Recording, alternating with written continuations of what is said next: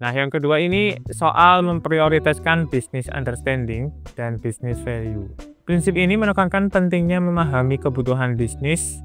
Ini udah ngomongin soal UX ya, jadi user experience yang sesuai dengan kebutuhan bisnis dan lebih penting dibanding merancang algoritma. Jadi tadi klien itu nggak mau tahu soal codingan kita. Klien itu nggak mau tahu, yang penting programnya nanti bisa dijalankan. Kemudian klien itu nggak mau tahu juga di dalamnya kayak gimana. Yang penting websitenya itu friendly, gampang digunain, mudah dipakai, kemudian cepat responsif gitu ya websitenya. Kemudian pemahaman yang baik tentang tujuan bisnis dan kebutuhan pengguna menghasilkan data yang lebih relevan. Oke, jadi biasanya kalau kita sediakan platformnya yang mudah, itu otomatis data yang kita inginkan pun bakalan lebih gampang gitu. Maksudnya lebih gampang tersampaikan ke klien atau ke customer, sehingga customernya itu pun bisa secara sadar menginput data yang benar-benar spesifik gitu terkait mereka gitu.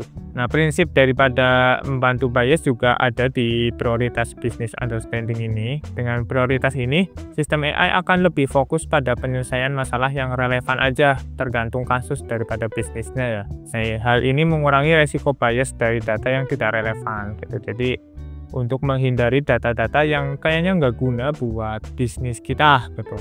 Jangan sampai kita ada bisnis logistik nih ya, misal saya punya bisnis logistik ya, pengiriman barang, tapi data yang saya kumpulin justru data-data yang berhubungan dengan data internet atau telco, data-data telco, itu kan nggak relevan kan.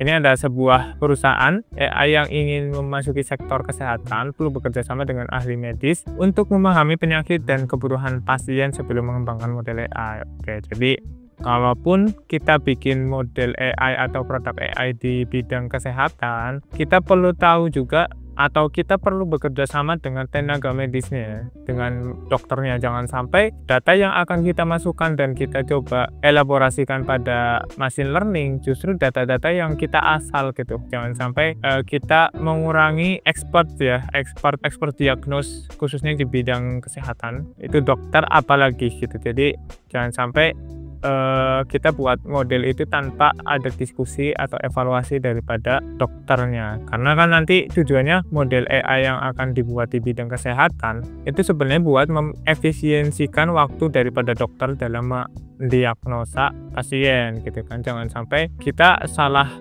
diagnos gitu kan, itu yang paling penting kalau di bidang kesehatan. Kemudian memanfaatkan kecerdasan mesin untuk mendukung kemampuan manusia. Prinsip ini menekankan pentingnya menggunakan kecerdasan mesin untuk meningkatkan, bukan menggantikan. Oke, jadi tadi untuk mengefisiensikan, mengotomatisasi dan membantu kinerja manusia yang sekarang gitu.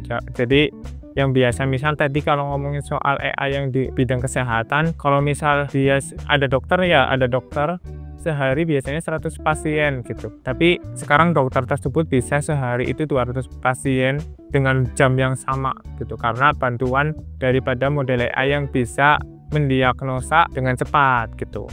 Mendiagnosa itu bisa mendiagnosa penyakit terus merekomendasikan obatnya juga gitu. Itu sangat canggih kalau ngomongin soal di bidang kesehatan. Pembangunan daripada model AI di bidang kesehatan itu perlu bantuan dari expert atau dari dokter yang mendukung daripada proses atau produk tersebut ya.